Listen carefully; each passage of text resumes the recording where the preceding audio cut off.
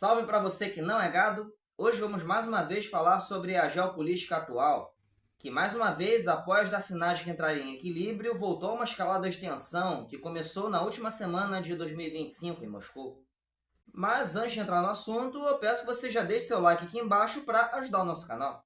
Na madrugada de 3 de janeiro de 2026, enquanto o Oriente Médio estava relativamente estável e enquanto a OTAN e a Rússia negociavam a paz na Ucrânia, cerca de 150 aeronaves dos Estados Unidos atacaram Caracas, a capital da Venezuela. A operação durou cerca de uma hora, durante a qual os invasores conseguiram capturar o presidente Nicolás Maduro, que em seguida foi levado para Nova York, onde permanece preso até então. Maduro foi acusado pelos Estados Unidos de envolvimento com tráfico de entorpecentes e de ter fraudado as eleições de 2024, o que motivou a intervenção norte-americana mais ousada da história. Essa ação de Trump, que surpreendeu a comunidade internacional, põe fim a um gradual período de estabilização nas relações geopolíticas. Em agosto de 2025, Trump e a OTAN anunciaram estarem dispostos a negociarem a paz entre Ucrânia e Rússia.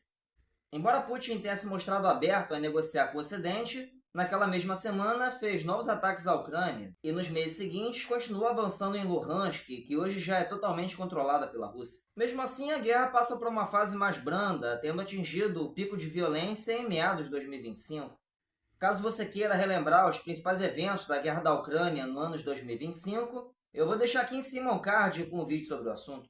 Em dezembro de 2025, após uma série de críticas de seus apoiadores, Trump assina um documento no qual se compromete a parar de intervir no Oriente Médio e no leste europeu, passando a limitar as ações militares dos Estados Unidos à América Latina e ao leste da Ásia. Sobretudo a Venezuela, que desde 16 de dezembro Trump afirmou estar totalmente cercada pelos Estados Unidos, que tentam derrubar o regime bolivariano desde a época de Obama. A Venezuela já vinha sendo cercada por navios estadunidenses desde setembro de 2025.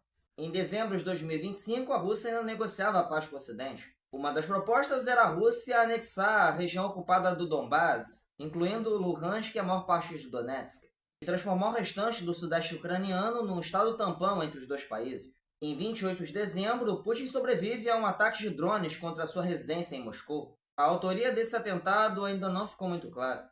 Após uma virada de ano relativamente calma em Gaza e na Ucrânia, em parte devido a promessas de Trump de não intervir nessas regiões, eis que os Estados Unidos mais uma vez surpreendem o mundo, atacando a Venezuela e sequestrando seu presidente.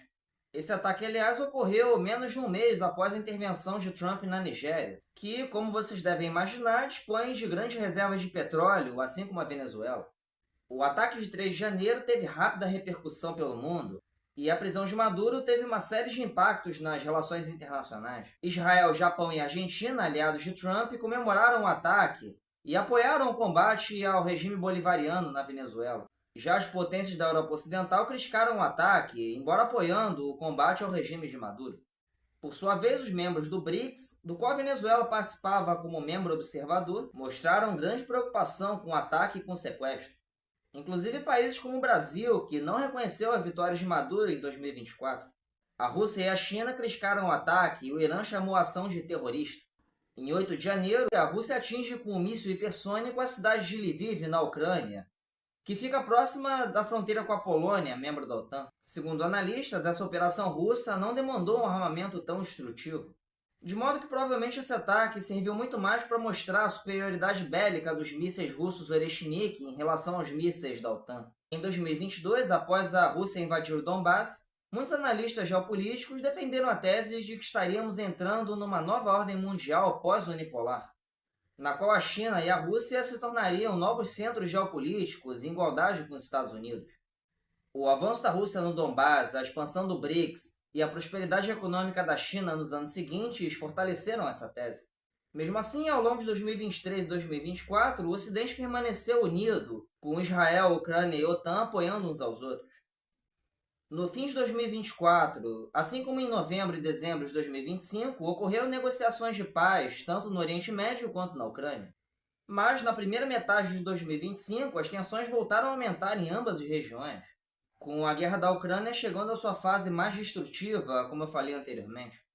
Em 2025, o Ocidente já não agia mais como único bloco em defesa da democracia. A Europa Ocidental já não apoiava mais Israel, E os Estados Unidos pararam de apoiar a Ucrânia, não mais agindo como um polo da OTAN, e até mesmo criando rivalidades com outros membros da OTAN, como a Dinamarca. Para muitos, os eventos dos últimos anos marcam uma transição entre o mundo unipolar e o mundo multipolar.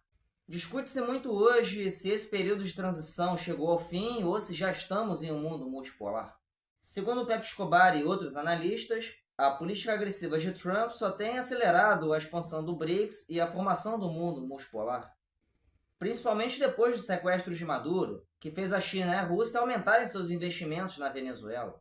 Poucos dias depois da operação, Trump desistiu de derrubar o regime bolivariano e começou a negociar com ele. Agora, em 2026, enquanto os BRICS se expandem e se unem, as potências ocidentais já não têm mais orçamento e nem força política para agirem como o mesmo bloco unido contra a Rússia, a China e Irã. Embora esses países possam apoiar uns aos outros contra inimigos em comum, agora a tendência é que cada um atue dentro de sua própria zona de influência, de acordo com os seus próprios interesses, o que reduz a possibilidade de uma guerra mundial, em teoria. Ainda mais com ameaças de Trump sobre a Groenlândia, que prejudica até as relações entre os Estados Unidos e seus aliados na OTAN. Por outro lado, essa política cria uma nova era de instabilidade e tensão, na qual um novo conflito pode estourar a qualquer momento, que só vai prolongar a agonia da comunidade internacional, mesmo com a pacificação da Ucrânia e do Oriente Médio. Em janeiro de 2026, enquanto esses eventos ocorriam, Israel continuou atacando bases do Hezbollah no Líbano e apoiando as manifestações no Irã que reuniram multidões contra o governo dos ayatolás. Israel e Estados Unidos ameaçaram intervir no Irã em defesa dos protestos. Isso tudo menos de um ano depois do fim da Guerra dos 12 Dias entre Israel e Irã. Alguns dias após a troca de ameaças, o governo iraniano aceitou negociar com Trump.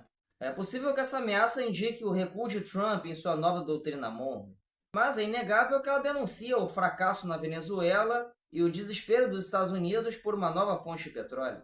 Em janeiro de 2026, a Rússia mostrou não apenas sua superioridade bélica em relação à OTAN, mas também que os Estados Unidos já não têm mais pleno controle sobre seu antigo quintal, a América Latina. E caso você queira entender melhor os conflitos que têm ocorrido no Oriente Médio e na Ucrânia ao longo desses últimos anos, eu vou deixar aqui na tela final 2 playlists sobre esses assuntos. E se você gostou desse vídeo, então deixe seu like, se inscreva no canal, compartilhe nas suas redes, ative o sininho e fique ligado no isentão. I don't ever slow up, no I don't take shit. I got no love for the fakeness.